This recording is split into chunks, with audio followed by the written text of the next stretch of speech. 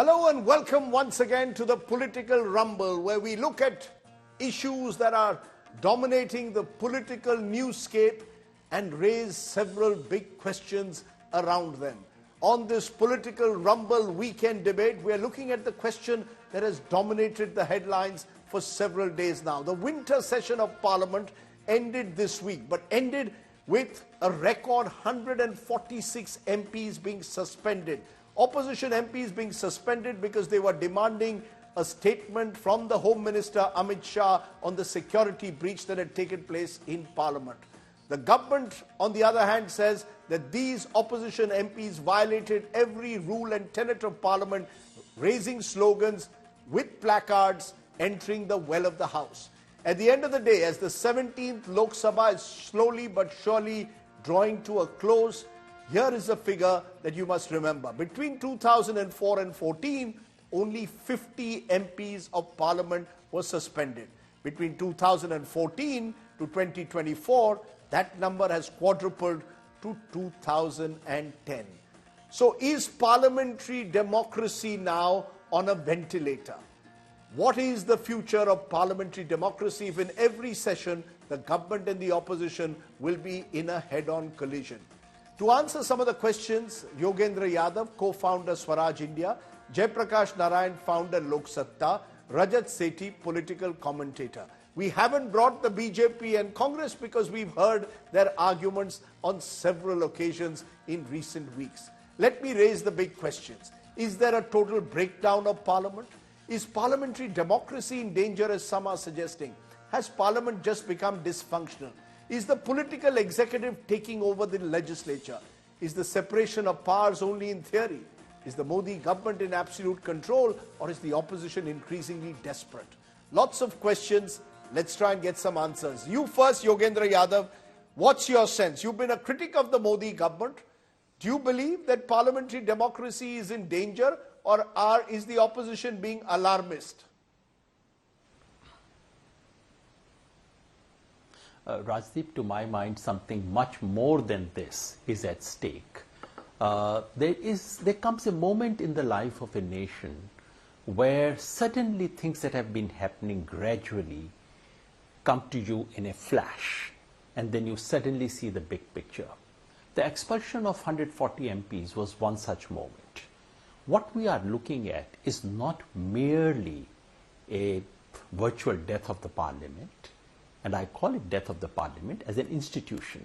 Yes, the building stands, probably it's a finer building than before, but as an institution, Parliament is no longer a place of deliberation of any kind. It is simply a weighing machine. It's about calculating numbers. Do you have numbers? Do you not have numbers? I'm not suggesting, Rajdeep, that this happens only yesterday or it has happened only in the last 9 or 10 years. Many of these tendencies have been gradually happening over the years.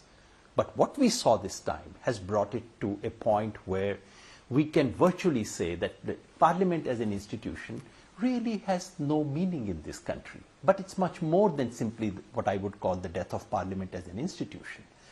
It is also the collapse of parliamentary democracy, something about which Pratap Mehta has written so eloquently this week, and I would really want everyone to read his piece in Indian Express.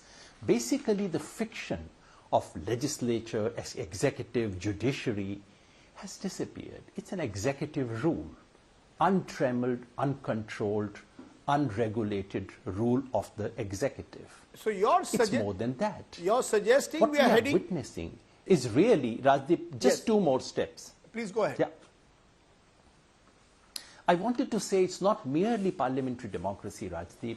What we are looking at is actually something which is happening in several countries of the world, a virtual murder of democracy itself, because it's not just parliament executive. Look at what the media is doing. Look at what's happening to public opinion. Look at all other institutions. And finally, Rajdeep, I would say we are looking at dismantling of the republic itself. We are looking at an elected monarchy where the power of the people is concentrated in one person. So this really, to my mind, is the challenge that we are facing. Those are very strong words, and I want you, Rajat Sethi, because I know you have a very different opinion, to respond to Yogendra Yadav. He's using words like elected monarchy. He's effectively suggesting we are becoming an executive presidency, and Parliament, not just Parliament, but parliamentary democracy is withering away. Your response? Rajdeep ji, I think the term what Yogendra ji just used is largely borrowed from the playbook which several Nordic countries want to belittle India's democracy around. They call it electoral autocracy, and like such jargons are thrown at Indian democracy. But look at the body politic of our nation. People here are obsessed about politics. They're deeply democratic. The values of a democratic nation run really deep in our country. And BJP has seen days when they just had two members of parliament. 1984 saw a brute majority for Congress, 414 seats they had won. And we have seen how the response of the nation to such brute majorities have been. I mean, there have been course corrections if the parties turn arrogant and turn egoistic. I'm sure that the scales of justice, the scales of public perception will swing the other way, and Indian public is deeply observant, very calculative, and they take the politicians of the day to the task if they show any bit of an executive overreach. What I'm seeing is that Prime Minister Modi, who himself has 50 years of political experience, understands these nuances really well. Where I feel the problem is, it is a recession in the opposition at large. The length and breadth across the nation, the opposition parties are losing out on the issues. They don't know which issues should they raise after the 3rd of December results. They have literally turned, most of their thesis has been proven wrong. Right now, they're struggling on total bankruptcy of ideas. They're staring at that. They're just left with nothing. Look at some of these India Alliance meetings. Most of these Alliance meeting discussions are non-substantive. As a voter, I would want to genuinely see choices before me so that I can exercise my choice in a reasonable way. But I don't see that choices at all. But does that in any way justify the suspensions in Parliament? No, are the suspensions a symptom of a desperate opposition, or are the suspensions a symptom of a monarchical government? There are two views. One is you're saying the opposition is desperate. The other view is the government is becoming autocratic. See, that's taking it too far. I mean, calling it a monarchical democracy or whatever two oxymoronic words are put together, it doesn't mean anything, basically. See, opposition has left a void, a huge vacuum, and an incumbent power, which is almighty, is going to grab every square inch that is left. And that is where the problem of opposition is. When you are in the pits, when you have to fight it out, your political lexicon, your tools, your techniques, everything has to change. What Congress is not able to understand, and its allied partners, is how to come out of this situation. That requires more application of mind. And this is where they are failing. In my opinion, Congress should go back to the drawing board. This is a different sort of a parliamentary setup in which the rules are being followed to the strictest possible way. I mean, these rules of not going to the well with the placard are all well established. Earlier, parliaments used to be a mockery that way. There were hardly any efficiency. Today, look at the efficiency of parliament. It runs at above 90% efficiency. So in letter and spirit, the rules are getting implemented. And this is why the MPs are getting the flack for not following the rules of the business. It's interesting. You're calling it that it is going a little too far. But, you've left the space for BJP to come in and trample on, on the voids that you're leaving over and over again. Okay. You're saying what is actually happening is the opposition is unable to offer an alternative vision, has become desperate and despairing, and that is the real issue at stake, not some institutional corrosion that is, as Yogendra Yadav seems to suggest. Jaiprakash Narayan, two very stark different viewpoints being expressed. Yogendra Yadav predicting that we are heading towards an executive monarchy in a way, and you've got Rajat Sethi suggesting that this is only the opposition in decline. Is there a middle ground? Rajdeep, as in many cases, the truth lies somewhere in the middle. Both of them have elements of truth. There has been a long-term decline, there's no doubt about it. It's not because of one party or the other. It's because of certain institutional lacunae. And from time to time, there seems to be some acceleration, some dramatic manifestation of it, and some excessive polarization. What's happened is we borrowed the Westminster model, where the legislature and the executive are fused inevitably. You talked about separation of powers. That's only theory. In reality, there is no separation of powers in the Westminster model. On paper, it is there because the legislative majority sustains the government. Once the government is in power, by definition, it has majority control of the legislature. Therefore, legislature can't really hold the government to account. Take Theresa May. She had a majority in parliament, but she could not get any legislation through, Brexit, etc. Nothing could be done. There was paralysis until she chose to resign. That's the very nature of the system of government we have chosen, where legislature and executive are fused. On top of it, we brought in the terrible anti-defection law, a nice middle-class notion of morality, but actually completely throttling the legislators. Therefore, they became the slaves of the party leadership. Irrespective of the legislation, you blindly support or oppose not on merits, but because the party bosses say so, ruling party or opposition. Take umpteen number of cases. Take, for instance, the farm laws. I've maintained then, I maintain now. They're extremely sound laws. There is no economic logic to oppose them at all. There was, of course, the government's failure to build a consensus, but there was a blind opposition without any serious understanding or debate. Take, for instance, the Ramaswamy impeachment case. Blindly, the whip was applied. Take the Muslim Women's Bill. Blindly, the whip was applied, and it had grievous consequences. So the parliament is converted into lawyer jirga. Therefore, the MPs or legislators at the state level have no real voice. We're pretending that there is voice, even when there's so-called discussion. It's a lawyer jirga. And unless we limit the anti-defection law to certain areas, and unless we limit the party boss's power over the party, because they decide the future of the members, and therefore independently members cannot really voice their opinions or exercise their vote. And without looking at that, we're pretending as if there's actually a serious, meaningful debate, even when the parliament or assemblies meet. The third big issue is local governments are dead. So your MP and MLA, he's not bothered really about legislation. You and I are debating legislation and legislative functioning.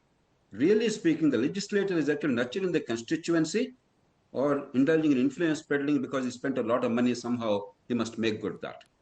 That is the primary purpose of legislators today. Let's be truthful. All this is shadow boxing. The fourth is the committee system is more or less ineffective.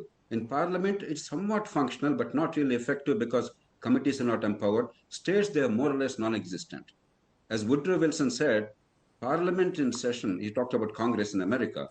Congress in session is Congress an exhibition. Congress in committees is Congress at work. Without committees functioning effectively, being empowered, and adequate number of legislations really going through committees instead of pushing them through quickly in a hurry, we simply cannot have meaningful legislative work. And finally, you have a situation where the Rajya Sabha has become a stumbling block. Oftentimes in India, it is thwarting will of the lower house of the people because the people elected the lower house, remember. Rajya Sabha is supposed to bring caution, not blindly follow the party diktats and delay legislation or deny legislation just because in most cases, except for money bills, Rajya Sabha has co-equal power to legislation. In Britain, there was a crisis on account of this. A budget was denied despite the government having an absolute majority with popular will in 1909 and 1910. Twice it happened. Twice they had to go back to the polls. Third time again, they went back to the polls. Finally, the 1911 Parliament Act was enacted, curtailing the powers of the Rajya Sabha or the upper house, House of Lords, in respect of many matters. So we have serious structural issues. It's not really about this party or that party. And state legislatures are much worse. We only have two provisions of the Constitution that are implemented by the legislatures. Article 174.3 says there shall not be more than a gap of 6 months between, or a gap of 6 months between two sessions. That we are following because the Constitution mandates it. And Article 74 for the union government says that there shall be union government, and that union government under 75.3 shall be accountable to the House of Parliament, the lower house. Same is the case in legislature, the states. That's about the only thing. The majority giving birth to the government and 6 months period in between two sessions. Otherwise, legislatures for long, not today, for about 40 years at least, have been pretty dysfunctional. And much more You've happened raised earlier several. also. I'm just going to stop you because you've raised several points that require discussion. Yogendra Yadav, one of the words that struck me in what Jayaprakash Narayan said was loya jirga. You know, the fact is, parliaments in itself, anti-defection law has meant that the MPs are just, you know, follow the herd mentality. Whatever the leader says has to be done.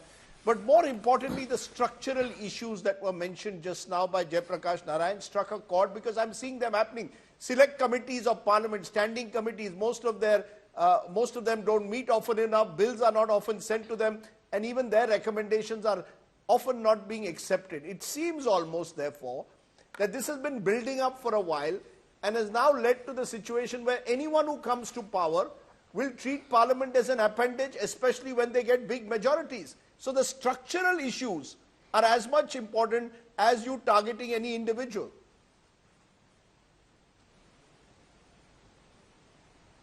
Rajdeep, let me begin by agreeing with the thrust of what Dr. Jayaprakash Narayan has said, who I respect very much.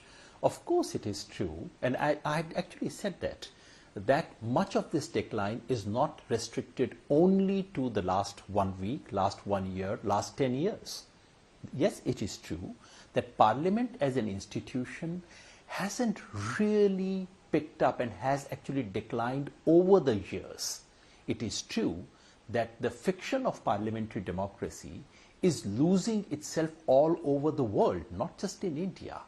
However, I was surprised that Dr. Jayaprakash Narayan, having registered all these things, did not register something shocking that happened last week. Something unusual did happen. I can't say that India in the first 25 years was in a very difficult situation. Indian democracy was, gradually going down. But I have to acknowledge that something happened in 1975, which was called emergency, which virtually brought death to Indian democracy. I cannot put it as a part of a grand narrative as if nothing happened. I'm sure Dr. Jayaprakash Narayan, when he gets time, would also acknowledge that something happened in this country 1 week ago, something that was shocking, something that has actually brought all these long-term tendencies to a certain point that you begin to wonder, are we living in democracy? And that's why I said, Rajdeep, right in the beginning, it's not merely the death of Parliament as an institution. It is not merely the collapse of parliamentary democracy. Now, what is the shocker? No, what is the shocker? Yogendra Yadav, you are saying that there are incidents that have shocked you about the future. Give me a specific. Parliamentarians get up and ask something which would be asked all over the world. Namely, please tell us, how do these people manage to enter Parliament? And the Home Minister should come and make a statement. What are the accusations? They raised placards, they entered the well of the House, they raised slogans. Please tell me if these three are unprecedented things in the Indian Parliament. Please tell me if BJP has not resorted to these earlier. Please remind everyone what late Arun Jaitley said, that these are part of parliamentary tactics, good or bad. This is what has been happening in this country. Can you throw out 150 parliamentarians? Tomorrow, you can actually throw out 100 parliamentarians and carry out a constitutional amendment in India. Because for constitutional amendment, you need 2/3 majority, but majority of the actual numbers. So you don't have 2/3 majority. Just throw out 100 parliamentarians. No one will speak about it. And tomorrow you have a constitutional amendment. I mean, what are we looking at? And the media is interested in some mimicry. I mean, this is mimicry. This is mimicry of democracy. You are talking this when 150 MPs have been thrown out. Let me express an agreement with Rajat Sethi. I have some minor disagreement with him. He thinks it's come from Scandinavia. I happen to have read political science. Please look at the Latin American literature. The entire discussion on elected authoritarianism begins in Latin America. He might wish to read that. I actually have a small thing to add to what he said, where he said, Parliament has 90% efficiency. I wanted to say, why stop at 90%, boss? Make it 100%. जो 2-4 बच गए उनको भी बाहर निकलवा दीजिए ना. 100% efficiency of Parliament. 2 minutes में 80 laws pass. Is this a joke? You call it efficiency? Is this what parliaments are about? But allow me to express a deep agreement with him. The agreement is, yes, the opposition has failed. And yes, as he correctly points out, that in this country, people have a democratic sentiment. Sooner or later, people punish those who are arrogant. We don't know when, but I agree with Rajat Sethi. Sooner or later, people of this country will punish these people who are so arrogant. This elected monarchy would be brought to its knees by the people. When republic is threatened, people come out. I agree with Rajat. Rajat Sethi, efficiency, a word used by you. Is that the choice that this country has? Efficiency meaning a majority government pushes through bills, bulldozes bills, some like the farm laws that result in a pushback, others like the crucial criminal laws that have been passed this week that required a wider debate. Is that your definition of efficiency when you said actually this parliament is more efficient than previous ones? Rajdeep, I used to be in college when I saw the flip side of how the parliament did not function. Back around 2009, 11, those years, every single parliament session used to be a washout, a total 100% washout. There were no sittings, there were no bills, there was just no deliberations. And in Jayaprakash's words, the exhibition part of it was completely missing. We as young, young students, when we used to imagine, where should India's representatives in the parliament should behave, we used to feel sorry for the state of affairs we were in. Of course, this is not the best case scenario. And of course, I find it hard to sort of imagine that such important bills go in and you don't have the opposition voicing in and they have to merely write op-eds. But, we are in a situation where by the day, opposition is just totally missing the plot. I mean, I am telling you repeatedly, I wish they are able to do better. I wish the regional parties hold on to their ground and don't perhaps go out and join the NDA eventually, but they will. That's realpolitik. I mean, we can all wish that, there is more balance, but that's not how politics works. Do you think that the BJP is going to come out and say that, oh my God, this is too many seats. Let us not have 400 seats in the target for the next election. Let's just go with only 270. Let us have the other voices come in. It doesn't work like that. No, it's not about, you see, at the end of the day, electoral politics, first past the post with its strengths, limitations. The question is, we all want, I think, a vibrant opposition. The opposition claims, Jayaprakash Narayan, though, that institutions now are ranged against it and it isn't a level playing field. The government says, look, even in the Congress days, it was no different. Do you see a difference between what it was in majority governments during the Congress age and majority governments now, where, according to the opposition, every agency, every institution is being used to browbeat them? It's not a level playing field anymore. Rajdeep, I don't want to indulge in whataboutery, but I've lived too long not to recognize that many of these things happen time and again. We've had MPs being forced to resign from parliament en masse during National Front days on Bofors issue because there was no response. We have seen during emergency what happened. And we all were exultant with joy when emergency was over, when Janata came to power. Then very soon we realized it was only change of players, no change in the rules of the game. So I refuse to be apocalyptic about any particular phase of our national life. We're going through it. Our democracy is robust, messy, somewhat dysfunctional, and seriously flawed. No question about it. But it is real democracy. Let's not in any way doubt that.